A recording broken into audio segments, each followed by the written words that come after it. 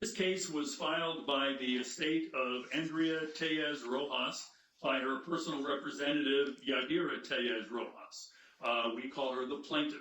The case was filed against the Hillsborough Pediatric Clinic, who we call the defendant. Hearing Monique Gutierrez's testimony and other witnesses, it really shattered me that night. And then, getting rear-ended, just so much. And it's finally what we were waiting for. Kelly Jo Moss's testimony. And I was trying to mentally prepare myself, to what I was going to hear, knowing that it was already going to be just, I was going to be emotional just because of who it was. I do want to say something about Monique Gutierrez's testimony that I didn't say is, they basically say, oh yeah, there's no problem with the nurse practitioner. That's not something that I was ever concerned about. The concern is when you are new. So anybody who's new in any position, they have so much to learn. So I can't say that 8 months into when I first started being a nurse compared to now, with so many years now, that I would think the same. You grow with experience. And so at the end of the day, you still have things to learn, and so that's what they just kept saying. Oh, she's so competent. Being new graduate is a factor. That does impact how you care as a provider and who you consult with as well. So just to kind of say it before, I do end up leaving the courtroom just because I was so devastated, and it's during Kelsey Jo Moss's testimony, and you really can't hear my screams just because they cut off the for the record recording. I didn't plan it. I don't know what happened in the moment, just that disassociation, and just something took over me. So I was too emotional. I was basically crying hysterically, almost like a panic attack outside of the courtroom. And this is where I still think about it. It's just Jeff Young, basically at some point, he says that if I do that again, that they're going to call a mistrial. And yeah, so part of it is me, once the jury comes back, I'm going to be sitting in the in one of the little rooms, because I can't be in that courtroom listening to that testimony. So this is going to be about an hour long, and then I'll just kind of talk about some things in my mind at the end of the testimony. Do pay attention to, though, just the details that Kelsey Jo Moss says in her testimony. She won't necessarily answer my lawyer's question, but she'll have this whole detailed, information about something. And so you decide how valid or how consistent that is with the truth. But yeah. Under the penalty of perjury, do you solemnly swear or affirm that the testimony you're about to give in this case shall be the truth, the whole truth, and nothing but the truth? I do. All right, you may be seated, and for the record, please state your name and spell it. My name is Kelsey Jo Moss, KELSEY-JOMOSS.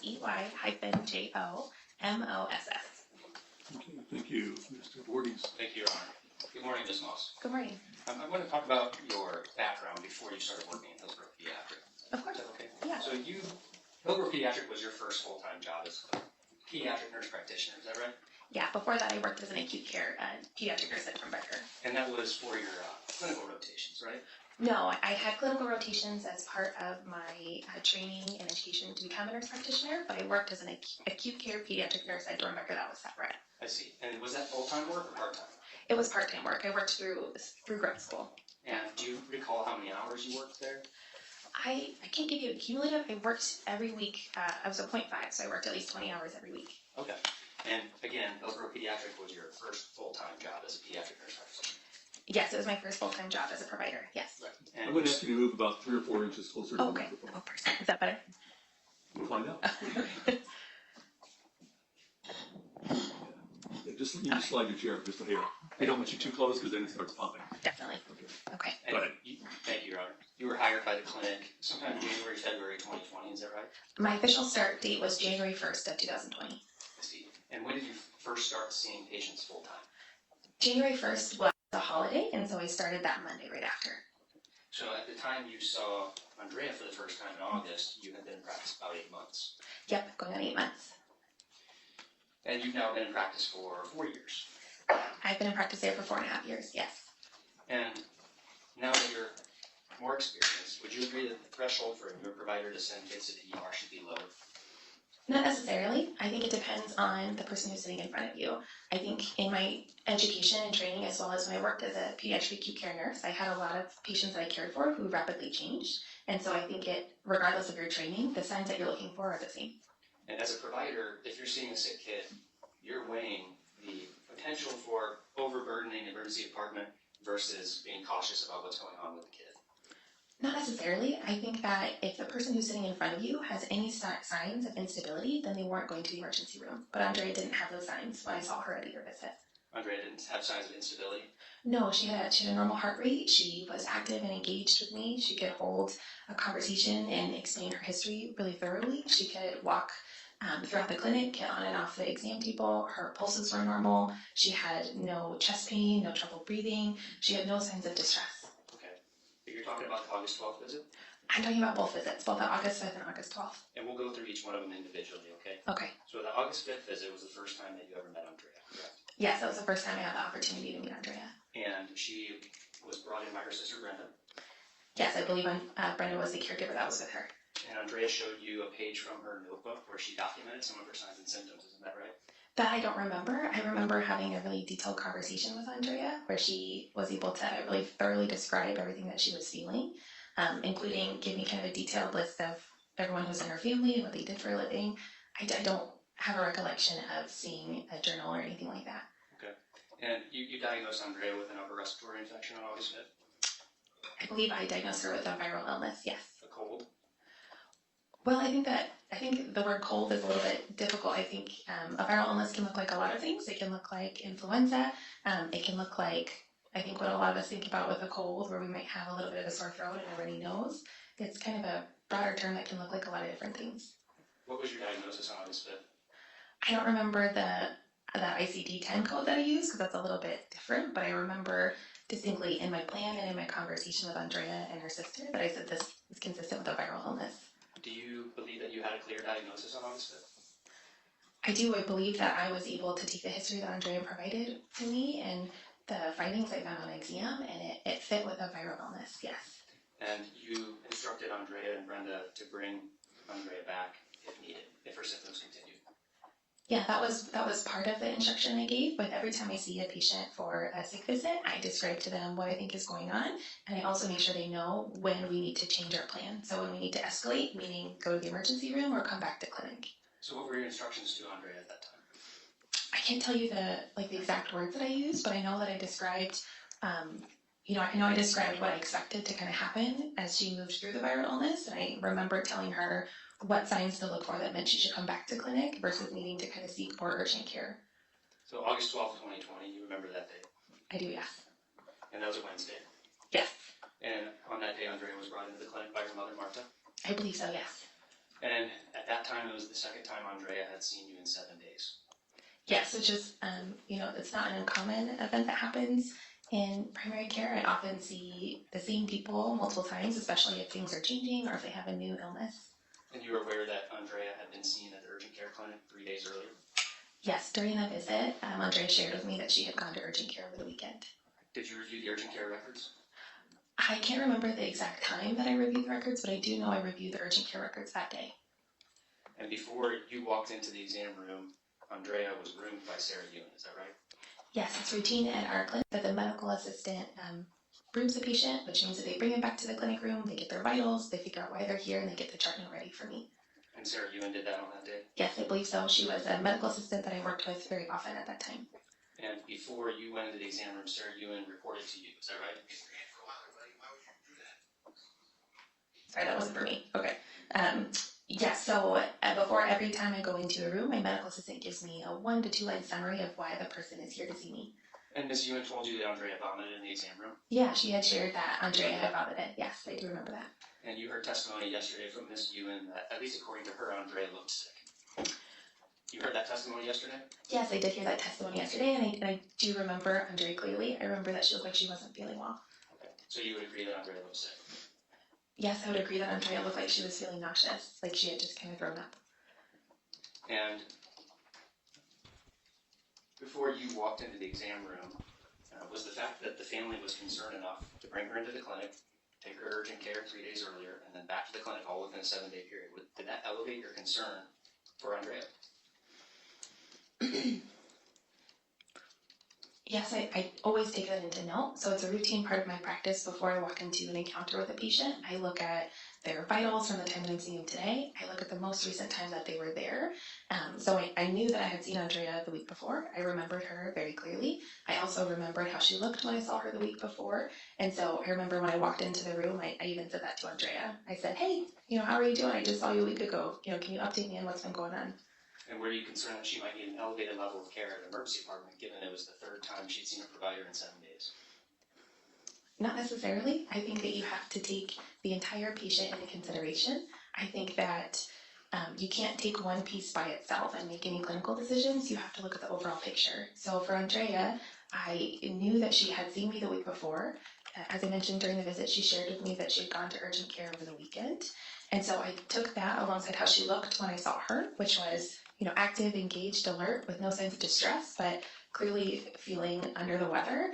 And so I felt it was, really warranted to do some additional labs and additional workup in an outpatient setting. So you want to look at the whole patient to make a decision on whether they should go to the ER? Yes, I think in medicine you have to look at the whole picture. There's not one piece of information that is more important than others. You have to take all of it into consideration. Is blood pressure part of the whole patient picture? It depends. It depends on the indication. So for Andrea, she had a normal heart rate, and I knew that because I saw the vitals before I went into the room. I re-listened to her heart 3 different times during the visit. Okay.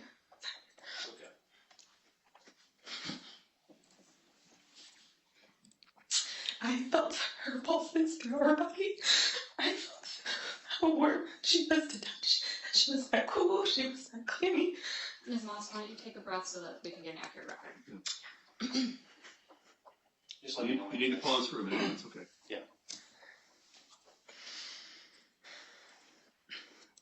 When I think about when I need to take a blood pressure for a patient, there's multiple times when that's needed.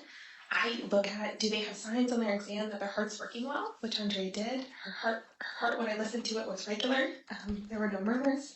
She had a strong pulse, which meant that when I felt her pulses on different parts of her body, they were easy to feel. They were beating normally. Her heart rate was normal. It was not high, and it was also not low. She was breathing easily without any signs of difficulty breathing. She had no dizziness on exam. She was able to lay down. She was able to sit up, stand up without any difficulty or signs that her heart was having a hard time pumping her blood up to her body. If I had seen any of those signs, I would have gotten a blood pressure as well. Are you okay to proceed? Yes. I know it's difficult to answer these questions. Well, I think this is a really sad situation, right? So I think there's not really any other way to feel, but I feel sympathy. So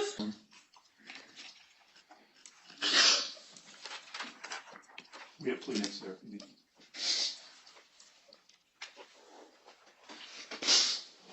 so sorry.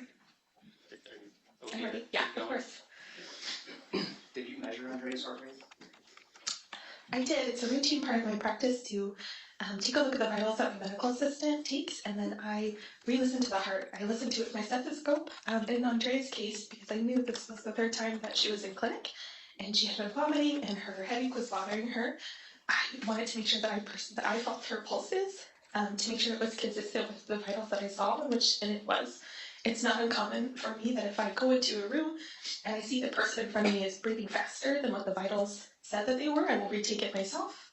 If I listen to their heart and it sounds faster to me than the vitals were, I will retake it myself. If their skin feels hot during my visit, I will retake the temperature. For Andrea, that was not the case. Her skin felt warm when I touched her skin multiple times throughout the visit. As I mentioned before, I listened to her heart rate multiple different times during the visit, and it never got fast. It was always consistent with what I saw in the vitals. Do you remember how much time you spent with Andrea that day? I can't give you the exact time. I know that I spent I think, over 30 minutes with her, maybe about 45 minutes. And from your perception, she looked well. Not necessarily. I think the term well appearing is a medical term that we use to describe a person who's not in distress. It does not mean that a person is not sick or feeling sick. It means that there's no signs when I look at them that shows me that they're unstable. If there were signs, instead of well appearing, I would say this patient is in distress. And you relied in part on Ms. Ewan's documentation of what Andrea's vitals were in drawing your conclusions about Andrea, is that right? Not necessarily. I use those vitals as a marker to start my visit. It gives me a little bit of information before I walk in the room, but it is my job and responsibility to make sure those are accurate, which is why I re-listen to the heart. I watch when my patient is breathing. I make sure that there's no signs that they're having trouble breathing. And I touch their skin to make sure that it doesn't feel like they have a fever or they're cold, because if I have any signs that that's different, I will retake those myself.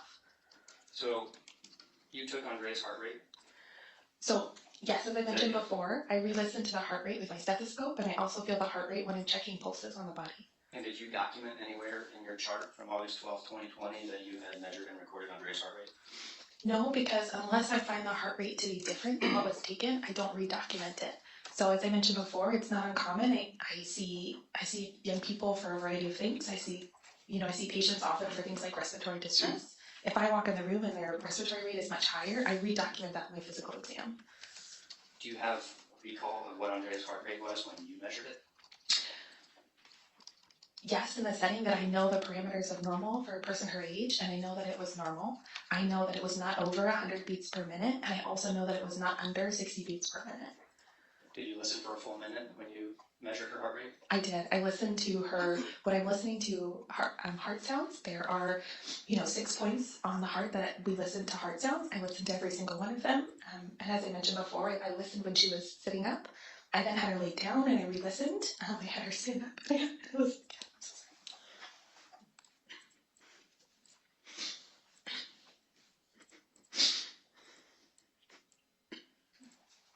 And the reason I do that is I'm looking for change. I'm looking to see is there something in the heart that changes when we lay down because the pressure in the chest changes. I'm looking to see when we stand up, is our heart having a hard time compensating? Can it suddenly have a hard time pumping blood out to the body? And when that happens, the heart rate will shoot up and go really fast. And those are all signs and indicators to me if the heart is having a hard time doing its job. And so I did that with Andrea, and none of those things happened. It sounds like you did a very thorough examination of Andrea. Is that right? Would you agree? Yes, I did it. I did a head-to-toe exam with Andrea because I knew this was the third time she was coming to see a healthcare provider, and so I was working to expand to make sure there wasn't something else subtle on exam that I wasn't seeing. And you didn't document that you had measured it and recorded her heart rate, respiratory rate, correct? That's not in your chart? No, I disagree with that. In my charting, I comment that the heart rate is regular, that the rate is regular, that there are no murmurs. If her heart rate was elevated, I would have documented that it was tachycardic, which means that the heart rate was fast. I measured that her rate of breathing was regular and normal. If that was fast, I would have documented tachypneic, which means fast breathing. I documented that there were no signs of trouble breathing, if there had been distress, like she was working harder to breathe, or if her lung sounds were not normal, meaning I couldn't hear lung sounds in one area, or there were crackles because there was fluid in her lungs, I would have put that in my physical exam, but those were not there when I saw Andrea. And did you document that information after you found out Andrea passed away? Not necessarily. I don't remember the extent of everything that I documented on the day that I saw Andrea. It's a routine part of my practice when I see a patient that I am present with them. I want to make sure that I am focused on them and that I'm listening to everything that they're saying. So it is a routine part of my practice that I don't do my charting until after my patients leave. And how many patients did you see that day? I can't give you an exact number on an average day. So that was a 12-hour day for me, which means I had a set of morning patients, a set of afternoon patients, and a set of evening patients. So depending on the day and the types of people I was seeing, I would see anywhere from 12 people to 25 people. It just depends. So 12 to 25 patients? Yes, depending on the day. Based on your pattern of practice, you would have finished their charting the following day on August 13th, correct? It depends. So, as I had mentioned before, I have a chunk of patients in the morning, in the afternoon, and the evening. It's a routine part of my practice that in between those people that I'm seeing, I work to go through my inbox to work on some notes. Generally, though, it's a rare clinic day when I don't have a large amount of notes that I need to finish the next day. So according to the audit trail, which is exhibit 11 that we've looked at extensively, you were in on Ray's chart for 74 minutes after you found out she passed away. Does that sound right? Do you mind clarifying for me when you're talking about? Sure. So the audit trail shows that we've looked at several times. Jake, if you could please turn on the... Have you seen the audit trail? I have not read through it in detail. I know that it exists. So page 6 of the audit trail. Let's see.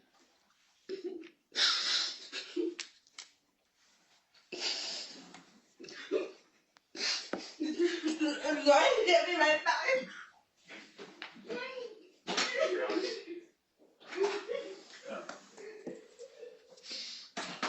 Why don't we take a break? We're gonna take a break right now, so we can all go back in. Okay, we are back on the record. The deal, that's, Thank you. do you have a standard reminder to jurors about emotions or not, one of the issues in the case or something like that? I mean, I don't know what you want to say. I'm sure you've done this come up before in the past. Actually, I have not. I have not had, I've had witnesses break down on the witness stand in the past, but I've never had anybody feel they had to leave the courtroom. But I know that that's happened. I just haven't. Well, actually, I've had people in the gallery leave the courtroom. That's true. I think there's language in the UCGI, one of the standard instructions that we probably utilize. I think it might be. That only one said something about setting aside your sympathy or passions, emotions. If it came from your honor rather than, one side or the other. Oh yeah, absolutely. It needs to, whatever it is, it needs to come from me. I'm trying to look at one of our books now. It will be when it opens up.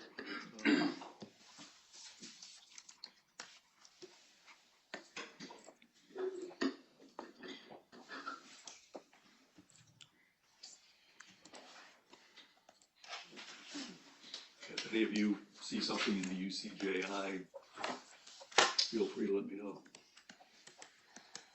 That's part of the.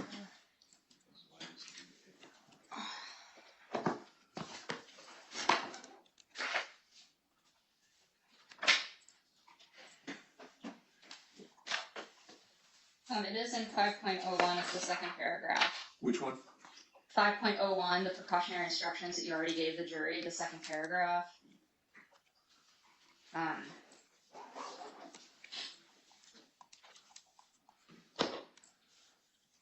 Okay, I think, And Your Honor can certainly supplement that a little bit to fit Yeah, the circumstances. I won't give the whole paragraph.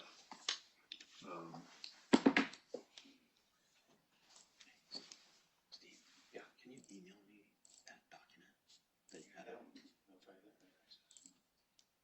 Oh, the one I pulled up? Yeah. And when everybody is ready, I'd like to make our record. Sure, give me just 1 second here to finish writing a note.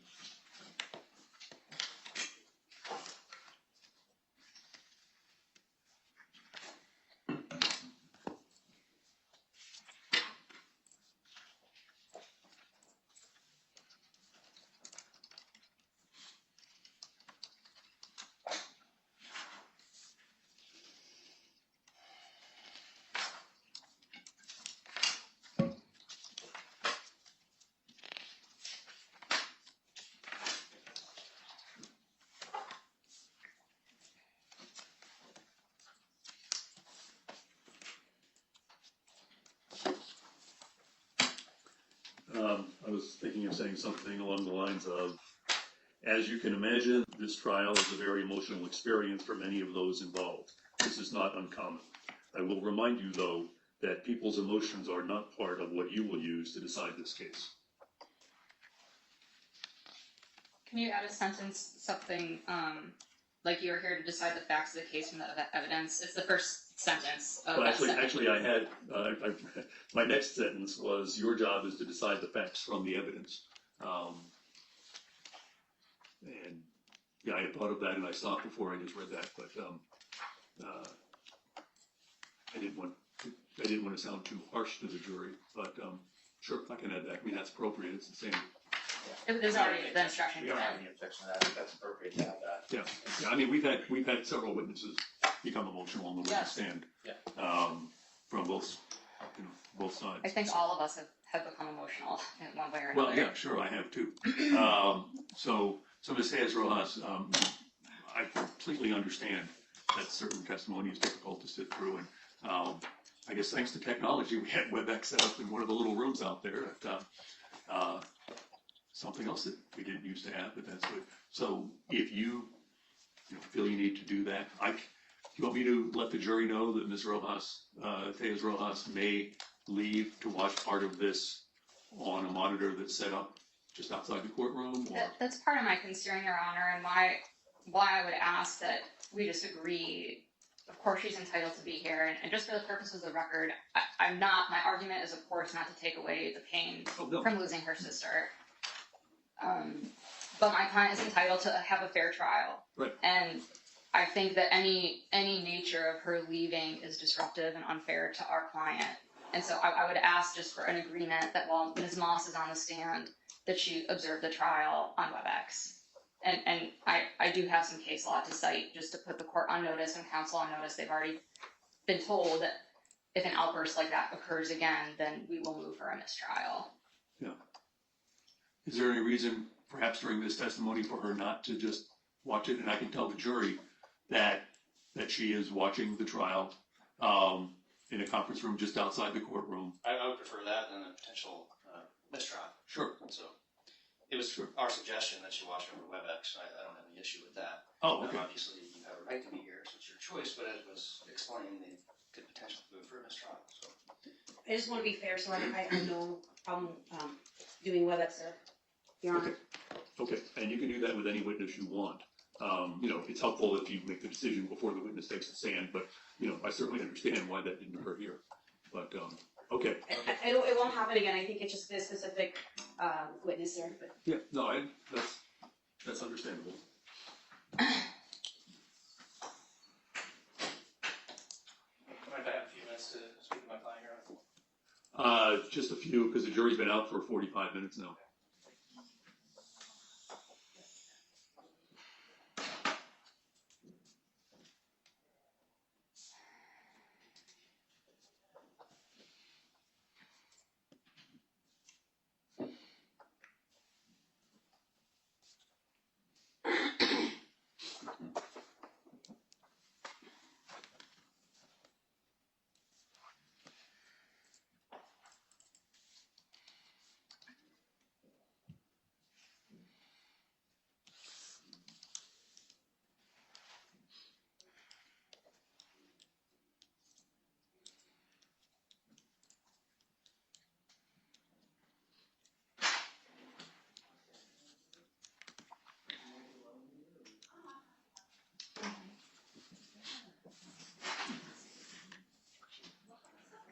Okay, are we ready? Yes. Ready, Your Honor. Okay, Ms. Moss, you can retake the witness stand.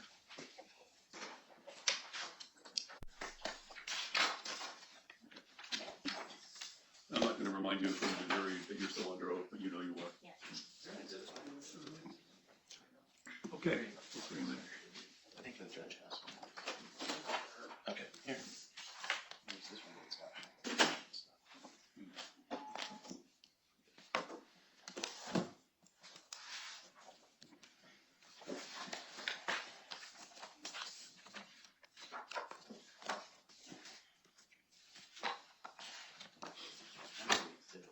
It's just this thing.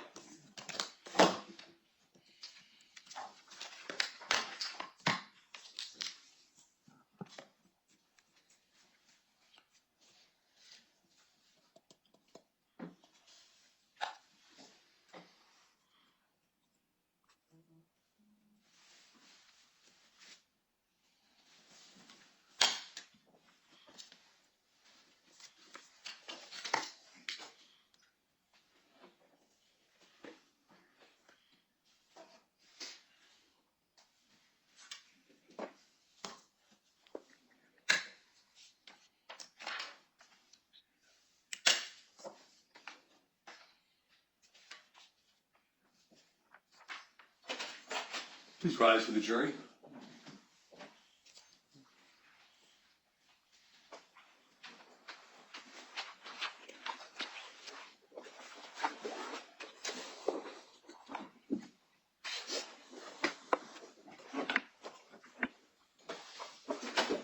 Okay, and everyone may take their seats. Thank you, ladies and gentlemen, for your patience. As you can imagine, this trial is a very emotional experience for many of those who are involved. That's not uncommon. I will remind you, though, that that people's emotions are not part of what you will use to decide this case. Your job is to decide the facts from the evidence alone. So you know Ms. Tellez-Rojas was offered the opportunity and has decided to watch parts of this trial on WebEx in a little conference room right outside of here. So she may be here for parts of it and not here for parts of it. But that's an option that we have these days. So, okay. With that, thank you. Counsel, you go ahead. Thank you, Your Honor. Back to that August 12th visit. That's where we're going to start. Okay. We've discussed your review of Andrea and all of the tests that you had done that you were unconcerned about. It sounds to me like there were a lot of things that you looked at and that you didn't have a concern about with Andrea. Is that right? Not necessarily. I think I was describing, part of my method of working to perform a thorough physical exam on Andrea to get a complete picture of what might be going on. Right. And what I'm getting at is, what I'd like to know is what symptoms and signs that Andrea had that you were concerned about during that August 12th visit. Is it okay if I look at my notes to make sure I'm accurate in my answer? And again, I'm not interested in knowing what you weren't concerned about. I just want to know what you were concerned about.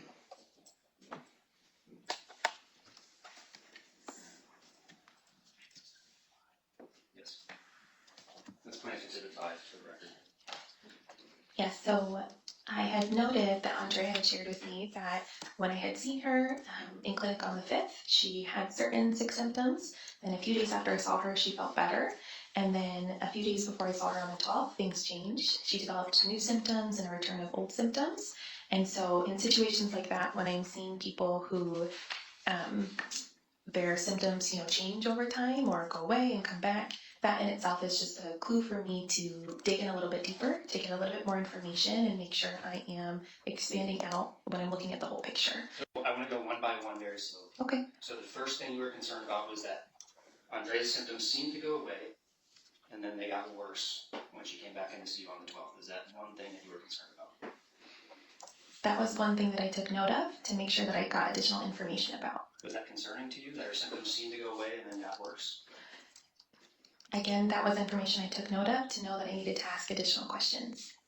My question was simply, were you concerned about that? Yes or no? It depends. As I had mentioned before, there's not one piece of information that decides what's going on with a patient. For Andrea, her sharing with me that she noticed things had changed over time told me that I needed more information. Well, there is information that you can get from a patient that's concerning, though. For instance, she vomited right before you walked in the exam room. Yes or no, that would be concerning to a clinician. Not necessarily. Again, that's information to me, right? It's not uncommon in pediatrics that people come in with a viral illness, and that can include things like feeling nauseous or vomiting. So the fact that Andrea had vomited right before I went into the room, that already told me that this was something different than when I had seen her last. My question was very simply, is a patient who vomits immediately before you walk into the exam room concerning to you or not concerning to you? Yes or no? Again, it depends. I think in medicine it's not black and white. You have to look at the entire picture. So there's a difference between a person who is vomiting nonstop and can't hold anything down versus if they vomited once 2 days ago versus if they vomited just before I went into the room. And so that's what I mean when I say when I knew that she vomited before I went in there, that already clued me in that I needed more information to know more about what was going on. And it's concerning. Again, it depends, right? Because there's more than one piece of the picture. So if I because again, vomiting is not an uncommon symptom that people experience, especially in pediatrics, and it always clues me in that I need to know more information. I need to know why they vomited, how often they're vomiting, what that vomit looks like, how many times a day, when it started, if there's any other symptoms that happen with the vomiting that tell me what else could be going on. Did you see the vomit? Okay. Mr. Voorhees, I'm going to need to ask you to speak up a little bit. Okay. You're pretty far from the microphone and speaking. So I'll move it over here, Your Honor. Okay. So vomiting alone would not concern you? Again, it depends. It tells me that I need more information. Just like when a person comes in with a cough, the word cough on itself isn't enough information. I need to know how long has the cough been going on? What is it like? Does it have, is there associated with vomiting or trouble breathing? Is the cough associated with, fast breathing or wheezing? But the cough in itself doesn't tell me enough information. But it does clue me in that I need to ask more. And did you ask more about Andrea's vomiting before you walked in the clinic exam room? Again, no, it's not my medical assistant's, scope to get a thorough history. Their job is to give me a really succinct one line as to why someone's coming in. It's my job and responsibility to ask those additional questions so I can figure out what the clinical picture is. And in your chart that you have in front of you, you didn't document that you asked additional questions about Andrea's vomiting in the clinic exam room. In fact, it's not even mentioned in that note that she had vomited in the exam room, correct?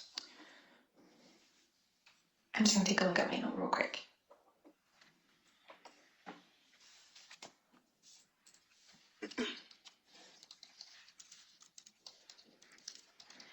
So I would disagree. I do comment on here that I had asked about if his vomiting is triggered when she's laying down, which is really important information to give me context. I also commented on here that she had been feeling more nauseous, but she shared with me that the nausea had only led to her vomiting a couple times.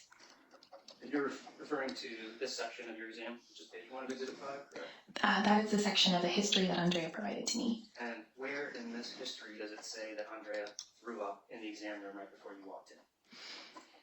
It doesn't say that she threw up in the exam room before I walked in. It does give important details to help me figure out a little bit more about what could cause the vomiting. So as I had mentioned before, when a person's vomiting, I need to know how often are they vomiting? Can they keep anything down? What causes them to vomit? I asked about, does she vomit when she lays down? Because that tells me about, could there be pressure in her head because she had a headache that could be causing her vomiting? So those details were important in order for me to get a picture of what was going on with Andrea. So one of the things that you were concerned about during Andrea's visit that we've already discussed is that her symptoms got better and then got worse, right? That's one thing, correct? Yeah, so again, the fact that her symptoms, when I saw her the week before, had gone away and changed and came back, that was something that I knew I needed more information to know about, yes. And why was that concerning to you? Again, it's not that information on its own is concerning, it's that it clues me in that I need to know more. Did she have a fever every single day since when I saw her from the 5th to the 12th? Did that fever go away? Has she been vomiting every single day for 10 days, which is very different than a person who's only vomited 2 times in one day. And again, the things I'm saying now are examples of the follow-up questions I gave to Andrea to kind of figure out more about what was going on. What's another thing you were concerned about during that visit? So I think we talked about this already, the vomiting. I wanted more information. How often was this going on? Was she severely dehydrated? Was she able to go pee? All of those, again, clue me into information. So my question was, other than her symptoms going away and getting worse, what else were you concerned about during that visit, based on Andrea's signs and symptoms? So other information that I took note of was her fever. Like I think I had mentioned before, I needed to know, did she have a fever every day for 10 days? Or in the case of Andrea, she had a fever for a day or 2, it went away, and then when I saw her again on the 12th, she had a new fever, and I was trying to get details because when I'm thinking through a differential for a patient, I think about different things if you have a fever every day for 10 days versus you only have a fever for 2 days. So that was additional information that I needed. So she had 103 fever that morning, is that right? Yeah, so Andrea shared with me that morning she had a temperature of 103, but she also had shared that previous to that, over the weekend, her fever had gone away, which was important information for me to know. Okay, so you were concerned that she had a fever, that her symptoms had gone away and then come back. What else were you concerned about with Andrea? Andrea shared with me that the most bothersome symptoms to her was her headache. She felt like it was really bothering her, that it was painful. She was really bothered by the nausea because she felt like it was making it hard for her to eat solid food. So those were 2 other pieces of information I needed to know more about because there are a lot of things that can cause headaches and a lot of things that can cause nausea. And for Andrea, those were the 2 things that bothered her the most. Were you concerned that Mr. she was... Voorhees, you are not coming through well on the record, so we're going to give you a lapel mic. I can go over here, Your Honor, that's fine. That's all right. No, you weren't coming real well over there either, so I'm going to have you wear the lapel mic. And we may do that for all the parties now who are doing questions. Is this better, Your Honor? Yeah, oh, yes, but you can put the other part in your pocket. Thank you. Were you concerned that Andrea was not eating solid foods at that point? Not Move it necessarily. up, not down. Better? Better? Okay, yes. So not necessarily. Again, it's really common that when people are not feeling well, that they're nauseous, that it's hard for them to eat solid foods. And generally, a person can, move through a viral illness, okay, not eating solid foods, as long as they're staying hydrated, they're getting electrolytes, and they're getting sugar, which she described to me she was doing by drinking things like Gatorade. She also shared that even though she wasn't able or interested in solid foods, she was able to drink smoothies, which was reassuring to me about her ability to intake calories to sustain her, as well as fluids to make sure she wasn't getting severely dehydrated, because that's something I'm always monitoring for in someone who's vomiting. Was there anything else about Andrea's presentation that was concerning to you? Not reassuring, concerning.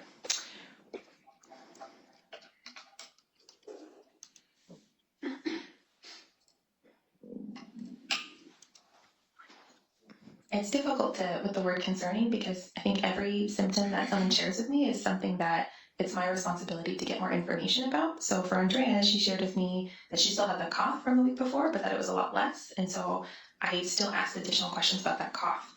She shared with me that she had been having some body aches that were coming and going. And again, I asked additional questions about that, because body aches can happen with a viral illness like a flu, or it can happen for other reasons. And so those are all things that I asked additional questions about. So every symptom that she shared with me warranted me doing additional investigation on. Did you have enough information to have any concerns about Andrea that day?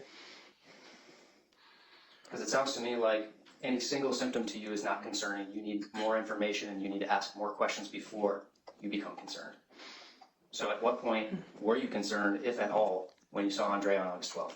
So no, I disagree with that statement. I think previously you had asked me not to include reassuring things. So, for example, if Andrea had shared with me that she was having trouble breathing, that in itself is an alarm that I have to respond differently to. Andrea reported she had no chest pain. If she had reported she had chest pain, that is something that's a red flag that I have to respond differently to. But because Andrea didn't have chest pain, she had no shortness of breath. She was able to tolerate fluids. All of those pieces of information was reassuring to me, that I felt that we had time to get additional information. So because I knew that Andrea had been to the clinic to see me the week before, and she had been to urgent care, when I saw her on the 12th, everything I found on her exam and the history she shared with me, was consistent with a new viral illness, which is common in pediatrics, that you get one illness, you get better, and then you catch something new. But because this was her third visit, I felt it was warranted to get additional information, which is why I ordered labs. Was there any point during that August 12th exam that you were concerned about Andrea?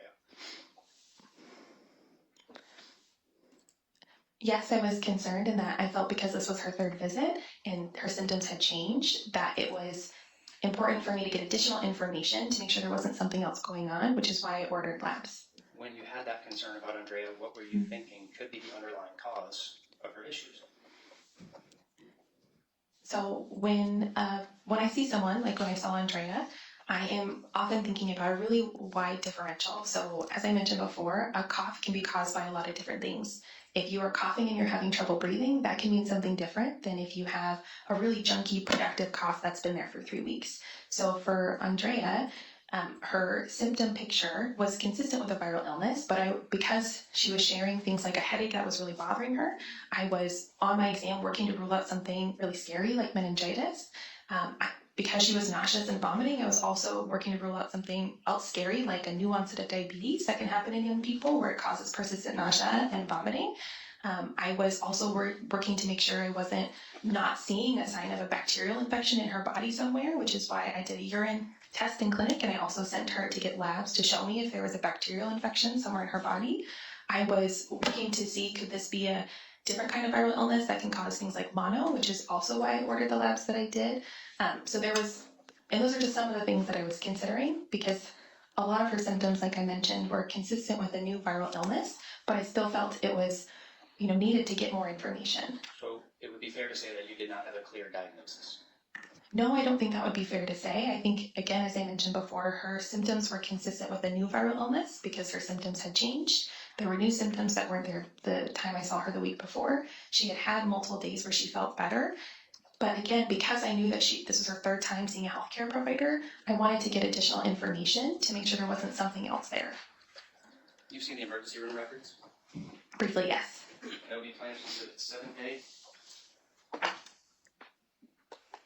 This is the emergency department provider, Dr. Villalone. And he says, HPI, history of present illness.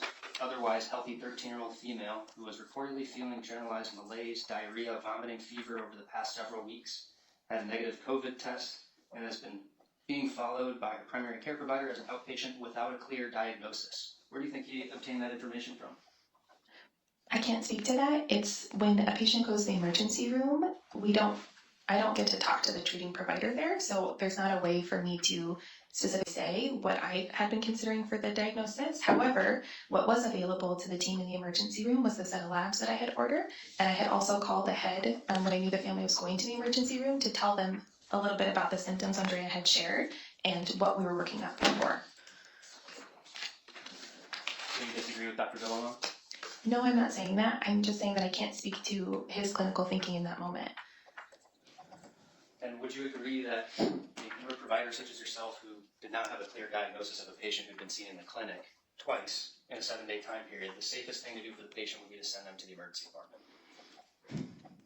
No, I disagree with that statement. Again, it depends on the person who's in front of you. For Andrea, when I saw her in clinic on the 12th, she had no signs of distress. She was active, she was engaged, her heart rate was normal, her breathing was normal, her skin was warm, well perfused. She could tolerate, meaning she could drink fluids without vomiting every time. She was able to produce urine in clinic. She had no what we call focal findings, which means, like, for example, if I listened to someone's lungs and it sounded crackly in one spot consistent with pneumonia, that would be considered a focal finding. She had nothing like that on her exam. And so again, her clinical picture was most consistent with a new viral illness, but I still wanted to get additional information because I knew this was the third time she had seen a healthcare provider. So you ordered the outpatient blood draw, correct? Yes, I did. And you ordered a pregnancy test. Isn't that right? Yes, it's a routine part of my practice and also my training that if anyone comes in with concerns of persistent nausea and they have ovaries, to always rule out a pregnancy test. So you didn't know what was going on with Andrea on August 12th, is that correct? No, again, You're thinking that she was potentially pregnant. No, again, her clinical picture was consistent with viral illness, but because I felt it was warranted to do additional workup, I always start with the things that I can rule out at the time I see them at the clinic, in addition to the things I have to send out for. And you formulated your plan to order a pregnancy test and an outpatient blood draw by consulting with Kelsey Chilcott, who had never met Andrea before, reviewed her charts or any of her vital signs, correct? No, so I had formulated what I thought was going on with Andrea, and it's a routine in practice at the clinic that I work at that we discuss cases with each other, that we bounce ideas off of each other because it's just collaborative in that way. So it's not uncommon that when I see someone, that I kind of present the picture to someone else to see if there's other things that I hadn't thought about. And so I had already developed a plan for Andrea. When I went and I talked to my colleague Kelsey, and I presented that to her and told her what I had planned to do and asked if she had additional things that I should think about. And from her perspective, she thought that because I was getting blood drawn and there had been this off and on fever, that I could consider adding a blood culture.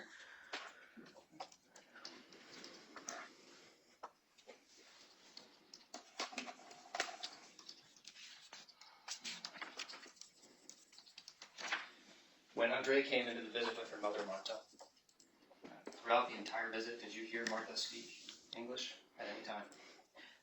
No, which again, it's not uncommon. I had seen Andrea the week before on the 5th when she came in with her sister, and Andrea provided the entire history of how she was feeling, about what was going on. I did not hear Brenda speak until the end of the visit when I was reviewing the plan of what we were doing next. And so similarly on the 12th, when I was talking to both Andrea and her mom, Andrea provided her entire history and how she was feeling and how things had changed. And at the end, so I didn't hear Marta speak until the end of the visit, but she appeared engaged. She was really active. She was following along. I had no evidence that she wasn't engaged in the visit. And you were communicating in part to Andrea in English, correct? So yes, as I had mentioned before, at both visits I had with Andrea, Andrea shared with me everything that she was feeling and what was going on. It's a routine part of my practice that I talk to both people that are in the room. The way our clinic is set up is we have a bench on one side that the patient's sitting at where Andrea was sitting, and then her caregiver is usually right here. And so when I saw Andrea on the 12th with her mom, I kind of faced both, or I looked between both, but I always, when a person's talking to me, I try to look at them to make sure they know I'm listening to them. You're not fluent in Spanish? No, I would say I can converse casually when needed. You're not a certified medical interpreter? No, which is why I don't. But if I need an interpreter, during a visit, I always get an interpreter. And do you feel that casual fluency is sufficient for medical purposes in explaining medical diagnoses and plans to a Spanish-speaking parent? No, I don't. I think what I said was that if I needed an interpreter to communicate effectively with whoever I'm seeing, I will always get an interpreter, regardless of what language is needed. Have you obtained Spanish interpreters with other patients?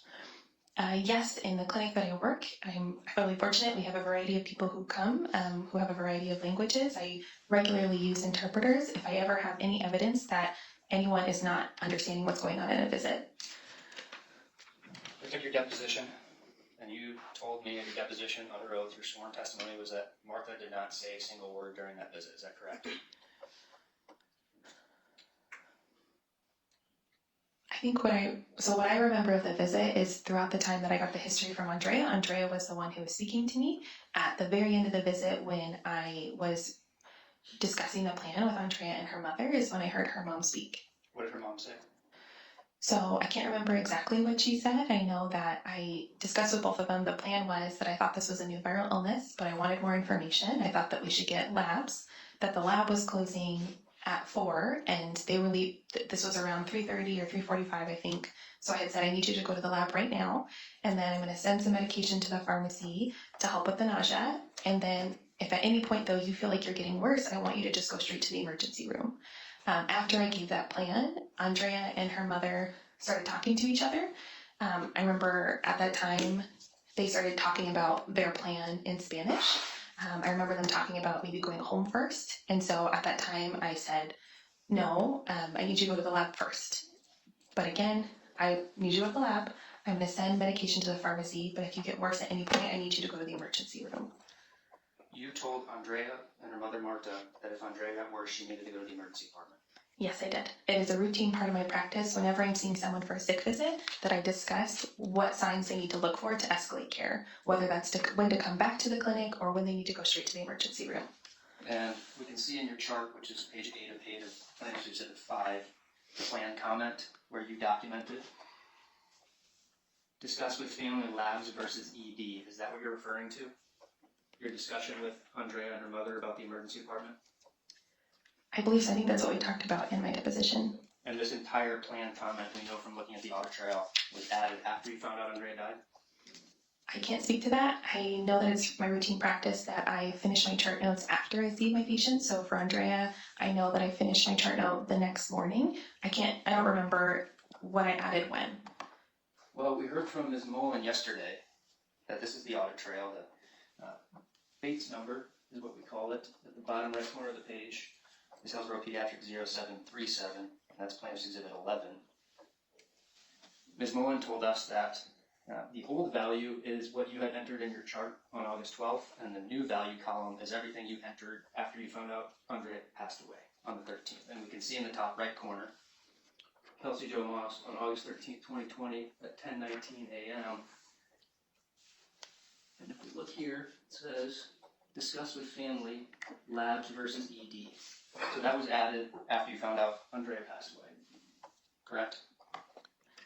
Again, I can't speak to that. I have a clear memory of doing some of Andrea's note the night before, once I finished with my patients for the day, and I have a clear memory of completing the rest of the note the next day, as I usually do for all my patients. Is it common to add information to a patient's chart for 74 minutes the following day?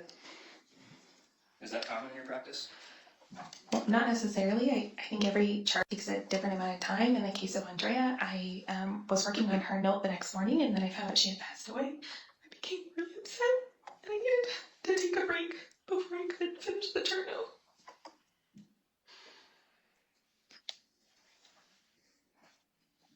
I know this is emotional for you, but are you okay to continue? Yes. You can see in the audit trail that you began adding information at 9:14 all the way through 10:26 a.m., correct? It looks like that's what it says, yes. And as you sit here today, do you have any memory of what information you added to Andrea's chart? I don't have memory of the exact things that I added. I know that I worked to make sure that it was complete and thorough. At that time, I didn't know what had led to her passing away. So I wanted to make sure the information was there in case it would be helpful, because I didn't know what had happened. My only question is, why didn't you mention it in your chart? Why didn't you mention that I'm adding this information because I want to be thorough and complete, and I found out that my patient that I saw yesterday afternoon died 8 hours later? Why didn't you put that in your chart? So the a chart note is meant to indicate everything that happened on the day you saw someone. If something happened the day after or after that my time with them was complete, I don't put that in the same note. It would go somewhere else in the chart. So that's why for Andrea, I had called the family when I finished with my patients for the day, and that's why I have that in the bottom of the note. And then when I finished talking to the family and calling quality to let them know they were coming, I sent a phone note to our nurses to check in with the family the next day. And any additional information from that phone note with that nurse would go in that note.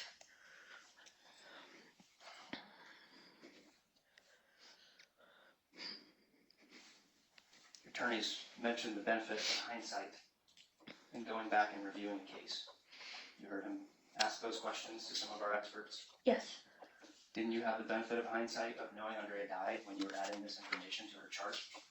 Do you think that influenced the information that you added to her chart at all? No, because I had no idea what had happened or why she had passed away. I did not find out how she had passed away until this case was filed.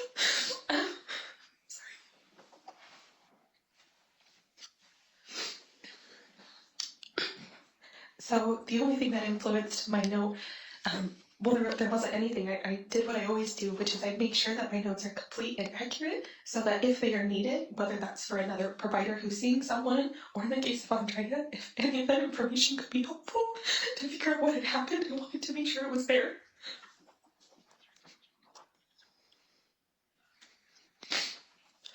Those are all my questions, Ms. Moss. Thank you. Are you okay to Sorry. continue? Okay. Mr. Young speaks fairly loudly, but let's put the lapel mic on just in case we need it. Should we go with the lapel mic just in case?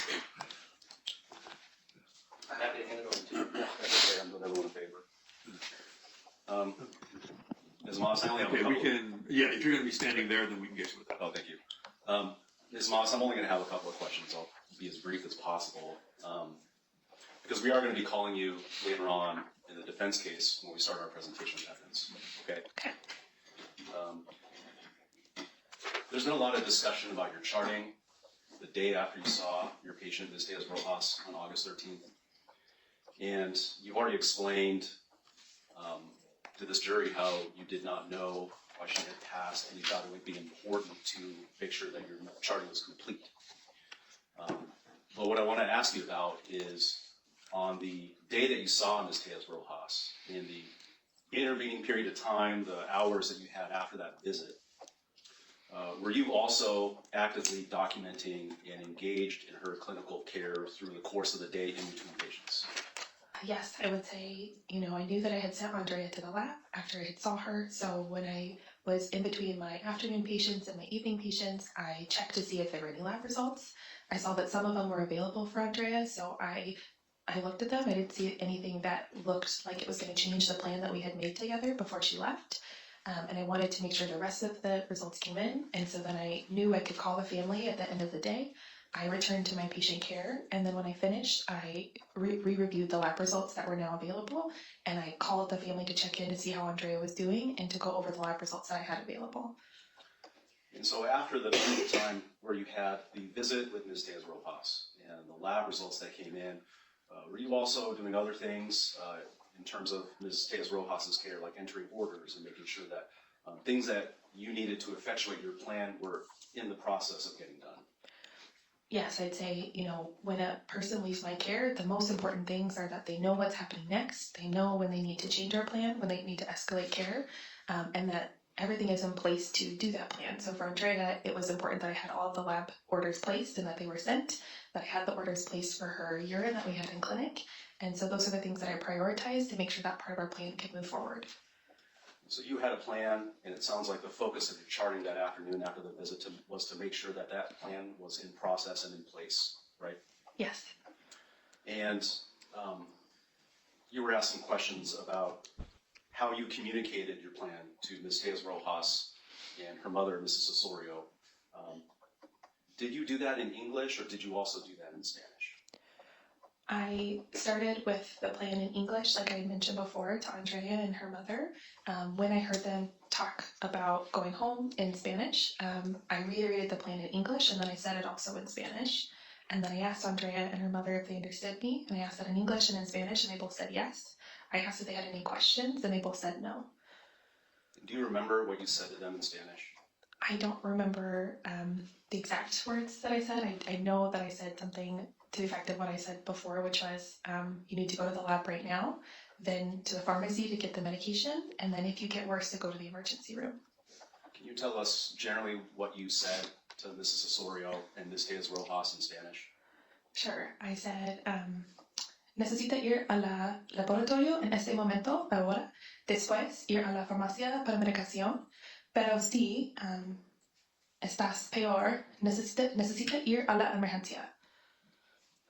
And when you gave those instructions to them in Spanish, based on what you observed and your interactions with them, after you gave them those instructions, was it your perception or understanding that the plan was understood as you communicated to them? Yes, as I said, do you understand? And then I said in Spanish, I said, ¿entiendes? And they both said yes. I said, preguntas, or questions, and they both said no. I knew that they had gone to the lab because I had some of the early lab results available in between seeing patients. And then when I called them to check in with the family at the end of the day, and they told me that Andrea had gotten worse, and so they were going to the emergency room. To me, they were following our plan, and so I agreed, and I said I would call ahead to let them know they were coming. And you were asked many questions about the specific things that concerned you in the course of the August 12th, 2020 visit that you had with Ms. Diaz Rojas.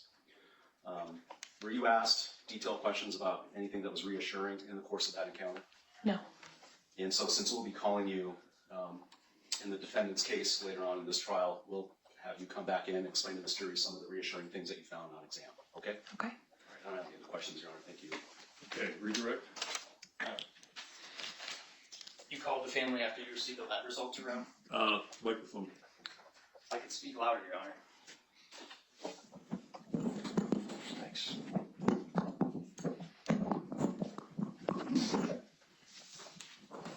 Called the family that night after you received the lab results, correct? Yes, I called the family at the end of seeing patients.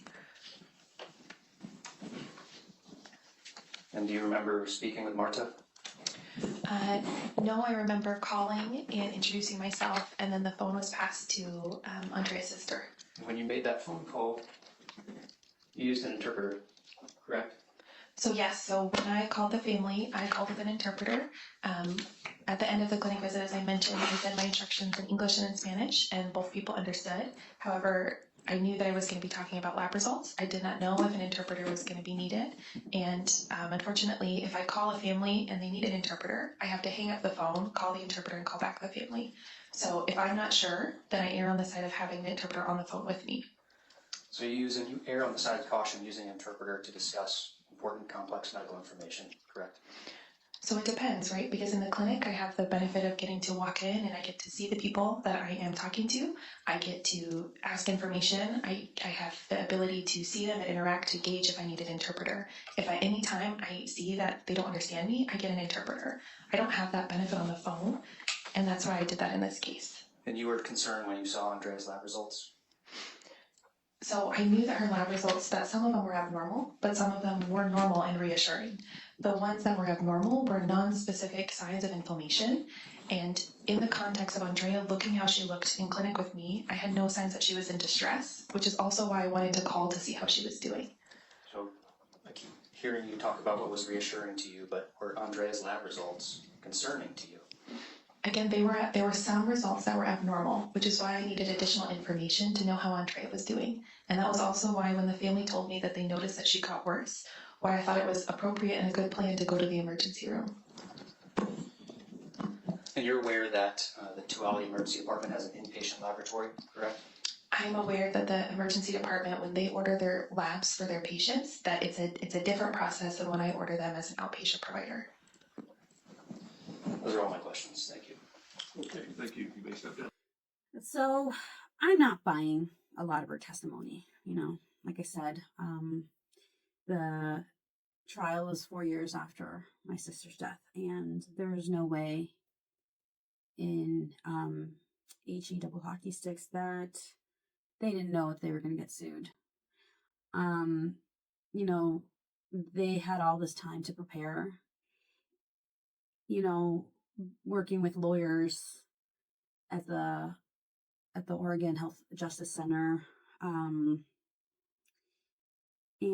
I think she wrote some things when she, she published stuff about medical legal when she was at OHSU. So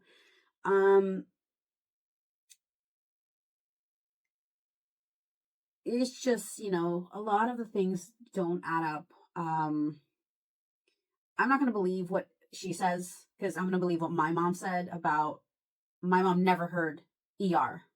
And then all of a sudden she says that she told both of them. In her deposition, she had testified that apparently she told Andrea something along the lines of getting worse, but she didn't tell my mom. But now all of a sudden she's saying that she gave this Spanish line, and again, you know, it was so perfect, right? Like no pauses, and it's just really interesting how there's things that she just remembers, or will remember clearly, but some of them you can't remember. You know, how convenient, right? It's one of those things where it just frustrates me as I'm listening on WebEx. I'm, you know, pacing back and forth, just saying hearing all the inconsistencies that she's said, that definitely doesn't add up. Like in the audit trail, she added, August 12th, you know, she put in the prescription around 8:30 p.m. I think the last note is close to almost 9 p.m. And then the next day, it's not just Kelsey Jo Moss. It then goes to Gutierrez, and then it goes to Patricia Hastings. I think the last thing that was changed in there was August 13th, at like almost 6 p.m. And it started on August 13th at like 9 something a.m. And then on top of that, what was done on the 12th. So to spend a lot of time with a patient's chart where nothing was out of the ordinary is just so inconsistent. It definitely sounds like she was worried about my sister at that appointment. I mean, who spends half an hour if supposedly you just talk to Andrea in English and not an interpreter? And then to get an interpreter over the phone, and then, you know, I don't know about you, but you're already looking for the labs during you're in between your appointments. So you're definitely checking for something. And again, I will clarify that everybody's just going to praise her from the defensive witnesses that she sent Andrea to the lab, and because she was just trying to be so thorough. My mom was the one that basically said, hang on, there's something wrong with my sister. Please, what more can we do? And that's when Kelsey said, we'll send her to lab. Again, it's just hearing all of that, feeling so helpless, unable to say anything for the fear of having this dismissed, the trial dismissed, it was just a lot.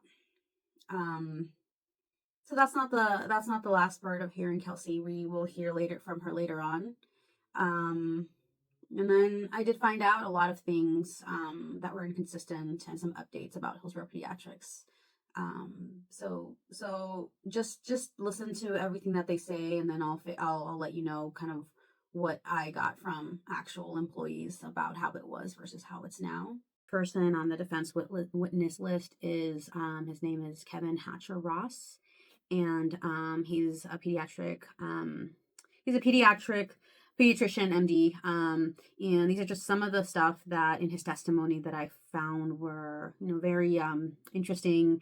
Kind of like I wanted to point out, a lot of the experts basically said, oh no, they don't need a blood pressure, it would have been normal, or, you know, they're going to praise her for getting a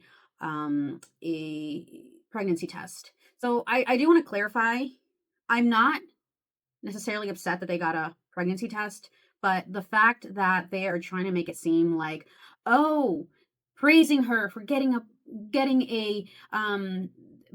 pregnancy test because she could have been pregnant, or she could have had an ectopic pregnancy, instead of, you know, she was having other symptoms that prompted a blood pressure first than a warrant a pregnancy test. That's what really upsets me. The way they just kind of go around the blood pressure and go straight to, oh, she was awesome, she knew, she had great, you know, like these she was concerned, blah blah blah. But yeah, so I'll go ahead and play the probably 13 clips, and then we'll talk about the end of the testimony. Let's talk about, as a pediatrician, the communication that a provider has with a patient as they reach adolescence and as they become older and developmentally and cognitively. Tell us about that process. Yeah, I mean, I'm certainly engaging to some extent everybody in the room, but as much as we can, we believe in pediatrics and trying to engage the patient. And of course, you know, when they're 4, you don't get as much useful information from them, though even then you may get things you don't get from the parent. But the older they get, the more they become what we call a primary historian. So it varies from kid to kid. I have teenagers who don't want to say anything because they're nervous, but for a large fraction of my teenagers, the adult is kind of there as a backup. I'm primarily taking the history from the teenager. And is there an encouragement within the field of pediatrics to actively involve their patients as they get older, to give them agency, so to speak, in being able to exercise a little bit more growing independence in their decision making? Yeah, I mean, they're the patient, so as much as we can, we want to focus on the patient, yes.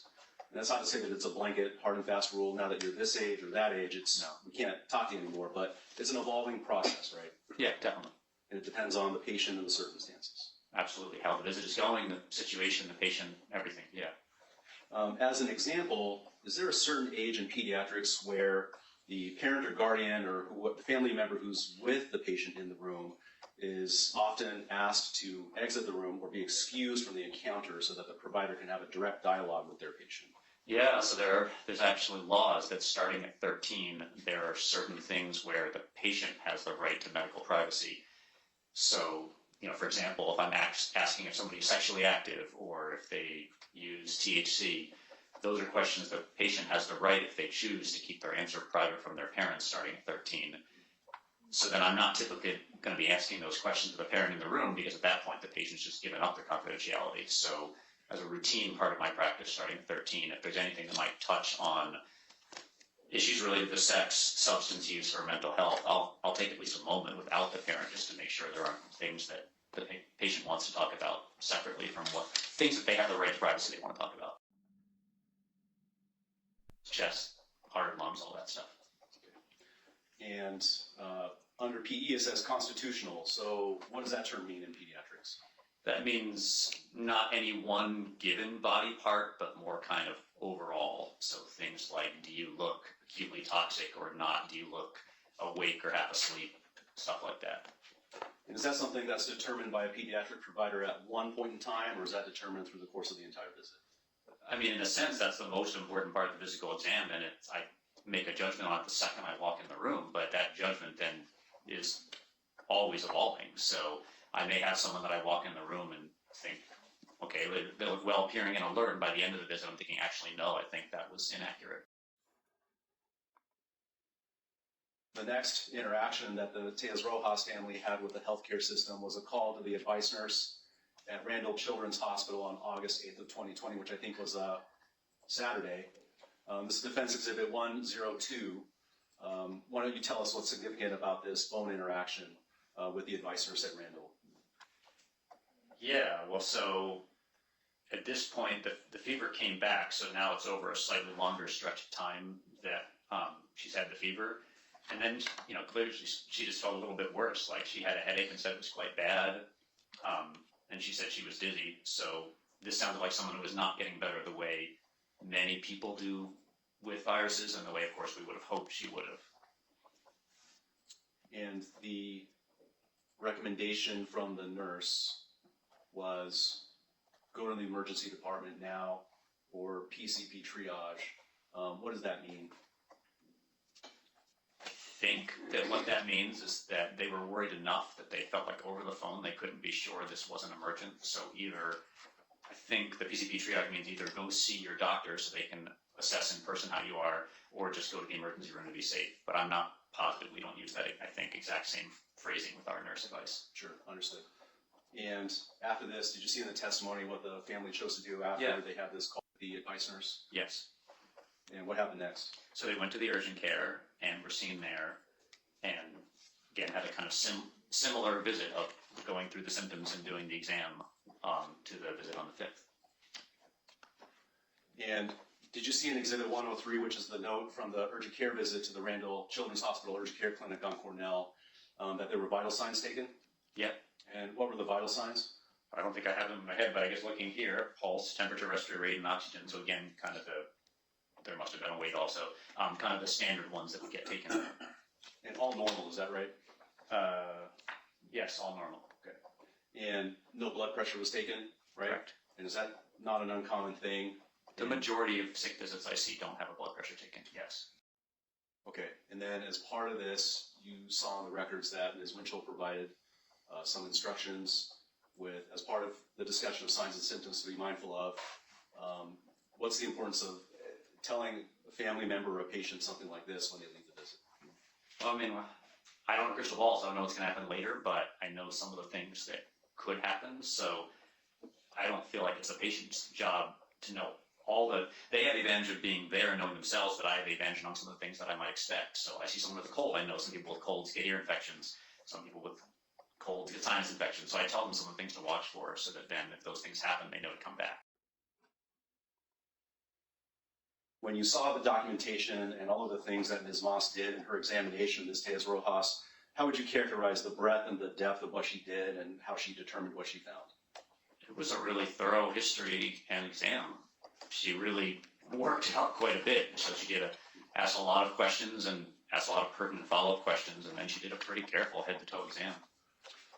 Your Honor, I think this would be a good stopping point if you're inclined to take a lunch break. That's fine. And Ms. Moss testified to a discussion about potentially, if there are new symptoms, to head immediately to the emergency room, right? Yeah, I think most people include something along those lines of what would you want to watch for that would be not just a little concerning, but more concerning.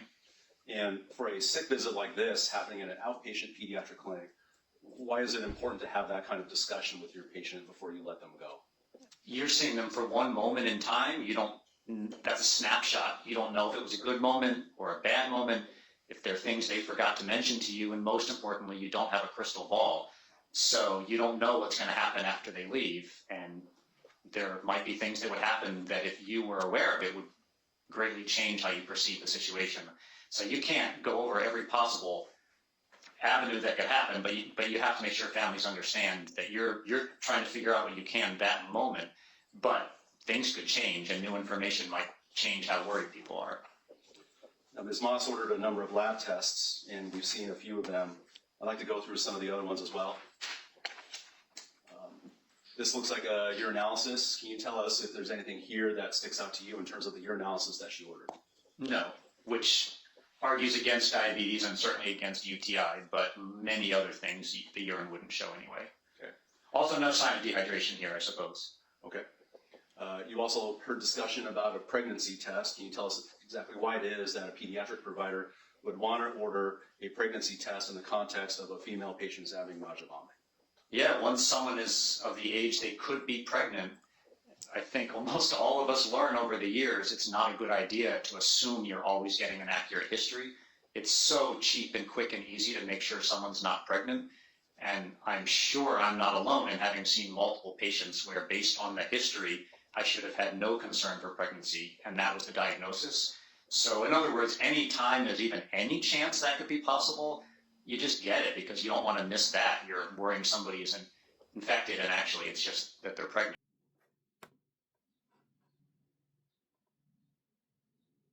And you heard testimony about the discussion with the family labs versus ED. Based on the testimony, you did not feel that the standard of care required an interpreter for Ms. Moss in this visit, right? Correct. Okay. And based on the testimony of the Tejas Rojas family and Ms. Moss, do you have an opinion as to whether or not the plan was understood by the Tejas Rojas family? It's harder for me to offer a strong opinion on that, but it seems like it was because they did go get the labs fairly promptly, and It sounded like she was able to interrupt them and kind of make sure they understood it needed to be soon. So my sense was yes. So overall, the presentation at the conclusion of this visit was that Ms. Tejas Rojas was stable, not in distress, otherwise well appearing, right? Yes. So this next part is basically my lawyer asking Kevin some questions, and yeah, I have some comments after this.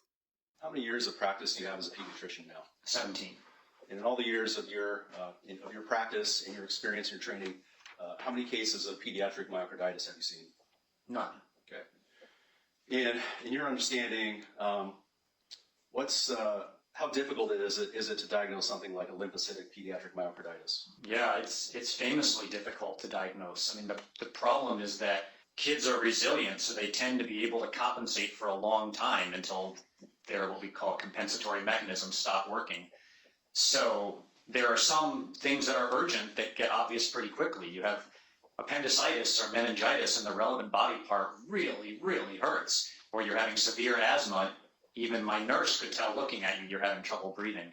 But myocarditis often has vague symptoms. So, I mean, it's one of the many, many things you have in the back of your head when you're seeing a kid with a virus. It's one of the hundreds and hundreds of rare things that could happen.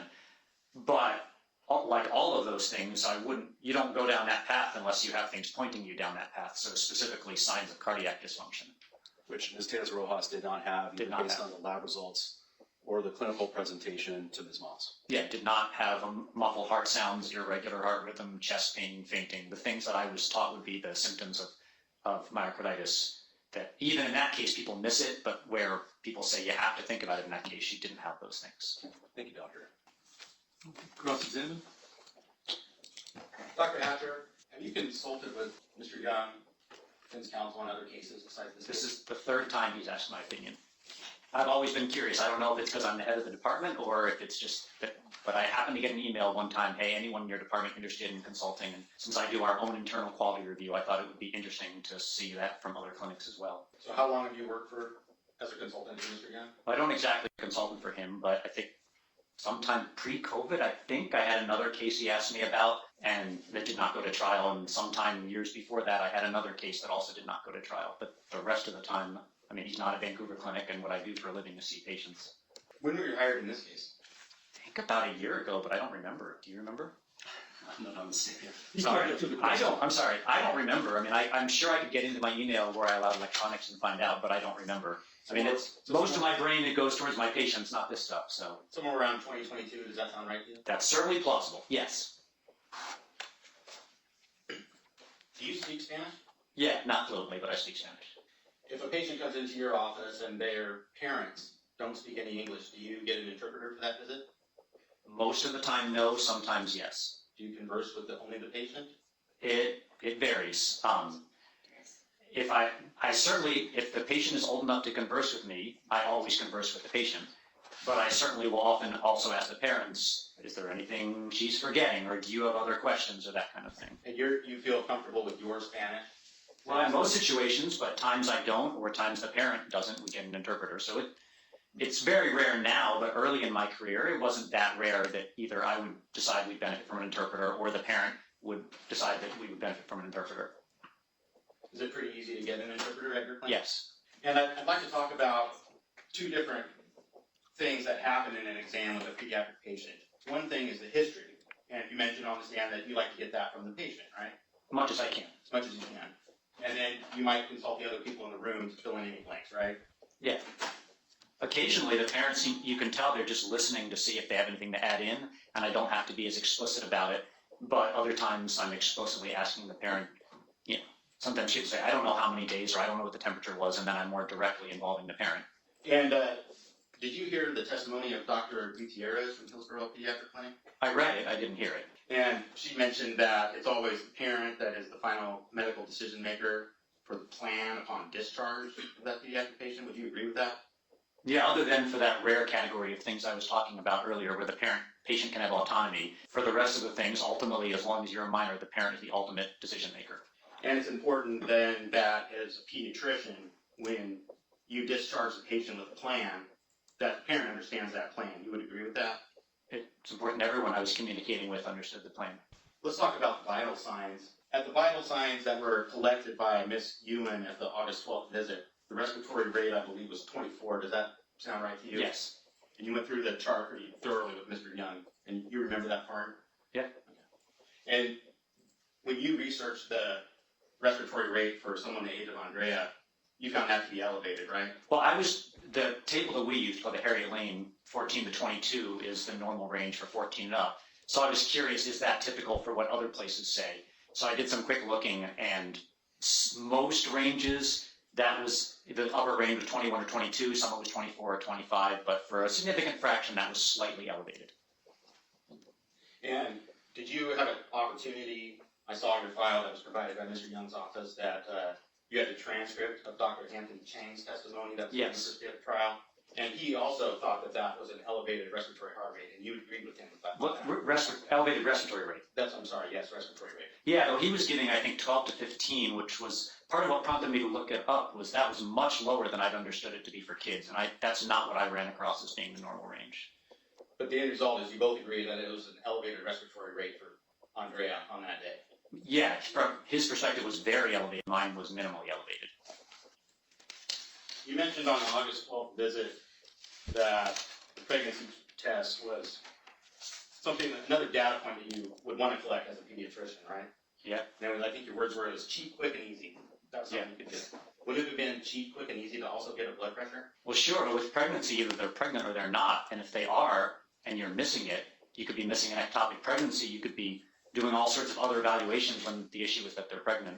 So that's a very concrete yes or no thing. The blood pressure is a marker, but it feels like somewhat of a non sequitur to compare it to a pregnancy test, since they serve very different purposes. Would you agree? You heard Ms. Moss's testimony in court, right? At that visit, she using her words, she was trying to gather as much information as she could. She wanted to get more information about what was happening because Andrea had been sick for 10 days. You agree with that? That's what she said. And she was trying to get as many data points, I think that was your word, that she could use to develop a differential diagnosis in that case? Yes. And I know blood pressure would be another data point that she could have collected on that day? Yeah, well, it's a data point, but my understanding from what I was taught in med school and what I see in practice is that it is typically a late sign of issues. So in fact, I have to tell students all the time, don't be reassured by the normal blood pressure, because that's usually one of the last vital signs to change. By definition, if your blood pressure is low, then you're uncompensated. In fact, often at that point, you're already having end organ damage and can be hard to save. So that's not an early sign I'm looking for. I more often am actually checking for high blood pressure, either because it's a checkup or because they're on ADHD meds or things like that. Correct, right? You're looking for something, but we don't know what it was that day because it was never measured, right? We don't. So that data point was missing. It was not present, correct?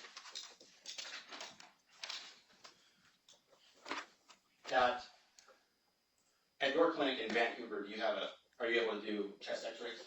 Yeah, across the hall. At your clinic in Vancouver, do you have a EKG machine? In the suite. And at your clinic in Vancouver, do you have an echocardiogram? No. Well, We have to refer into Portland for that. and you reviewed Dr. Gutierrez's testimony that Hillsborough Pediatric Clinic didn't have any of those diagnostic tools? Yeah, we're a pretty large clinic, but So it's different than your clinic. You have those things readily available to you in the clinic. that's Hillsborough true. Pediatric Clinic did not. Yeah, it's harder not having those things. Do you know where Hillsborough Pediatric Clinic is located? I mean, I know Hillsborough, but I don't know that particular clinic. Do you know how far Hillsborough Pediatric Clinic is away from the Tuality Emergency Room? I mean, I could roughly guess based on that, but I don't know exactly. It sounded like it was mighty close. About 3-minute walk. Yeah, my clinic is also across the street from a hospital. So isn't it true then that those diagnostic tools that Hillsborough Pediatric Clinic did not have in the clinic, like your clinic, they were available just down the road at the ER? Well, I think if she had felt those were necessary and they couldn't do them there, then they would have tried to get them elsewhere, yes. So, again, it doesn't upset me necessarily that she got a pregnancy test. It really upsets me that she didn't get a blood pressure.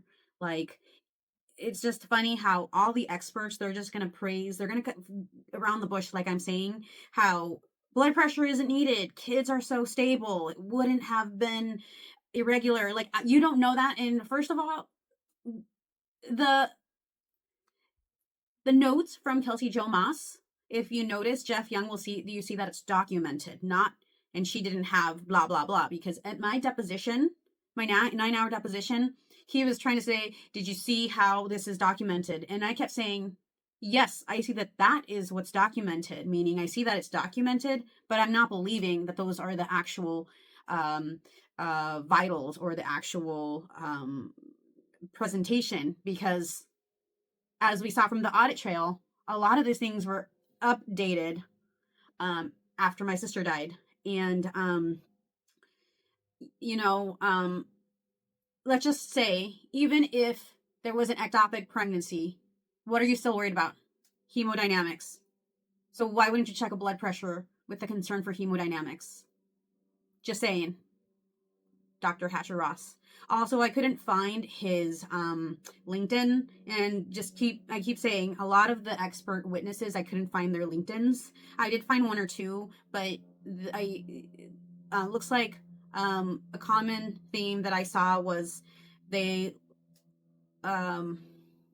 defense looks at the LinkedIns and then asks questions about it. That's what they did with me. That's what they did some of our experts.